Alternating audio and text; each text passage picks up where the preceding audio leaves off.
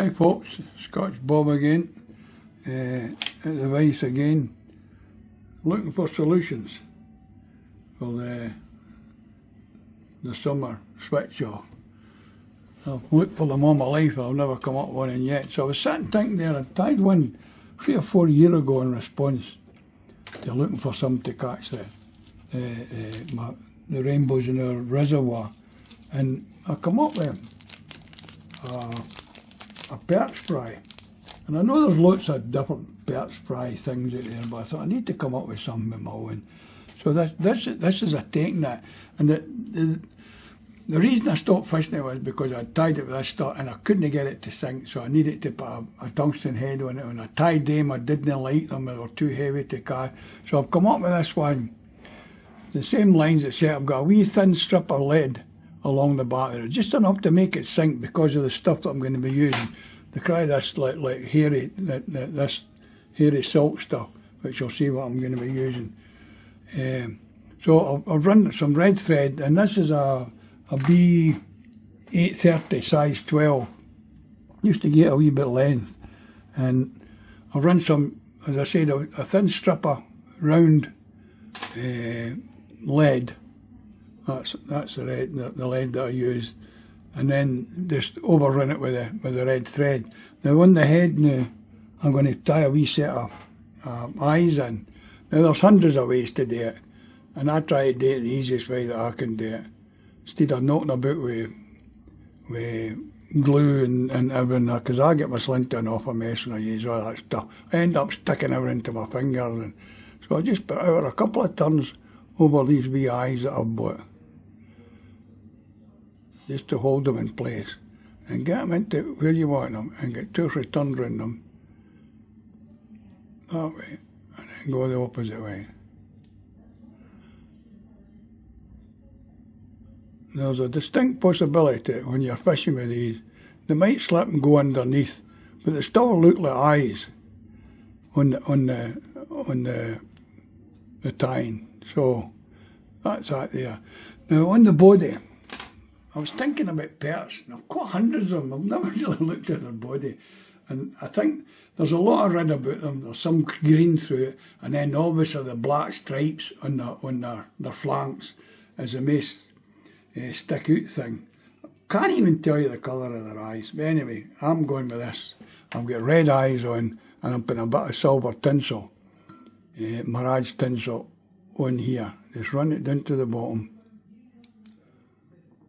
and then run it back up, catch it in there, and then start to wind the tinsel. Now this is the same tie as the other year that I tied these, and I caught 2 or 3 fish with them, but I always felt the fish needed to be in the top 2 feet of water, because I couldn't get, the way I'd tied them with the stuff I'd tied them, they were floating too much, and I didn't have anything with me that I could put on the line to get them to go down.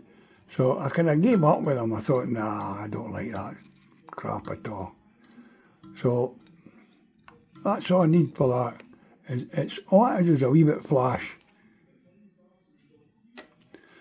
for the body, and just trim it off.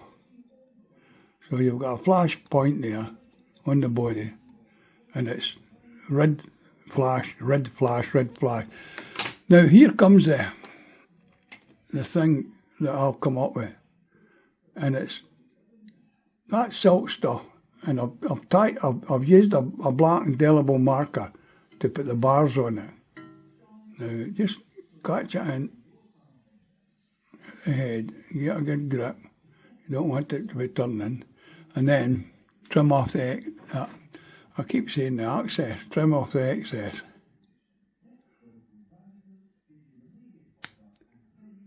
I think I'm going to need a new pair of scissors. I'm fed up buying scissors, I waste every one of them. I cut foam with them, I cut metal with them. I'm hugging it after that there, but it's anyway, so it's hard to cut that salt stuff. So just get a grip it and work up a wee head there, a wee red head. Start behind the eye and work up, and then work it back up just a wee bit to give you a bit of a red head. Now you can see the barring on it. Now I think that maybe need a wee bit more barring. So if you pull it tight, and I've got to come in by the camera here to do that, because it's quite awkward.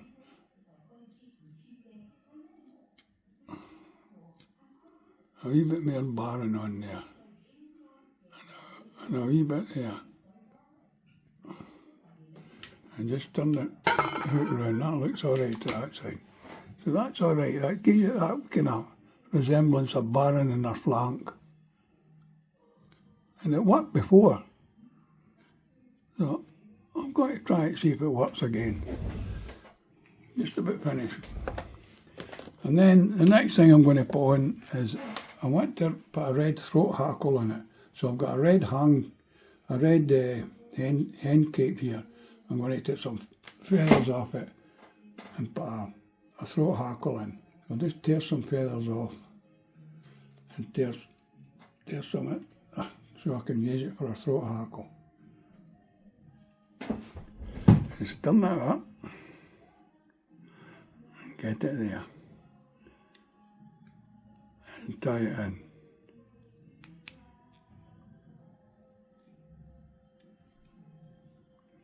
Now, turn that off.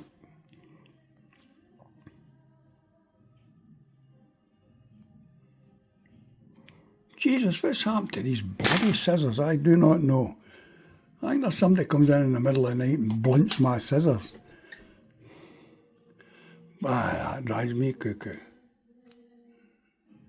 That's a bit better. Now, you've got to tidy that up now. Tidy it up behind the eyes and switch it back over.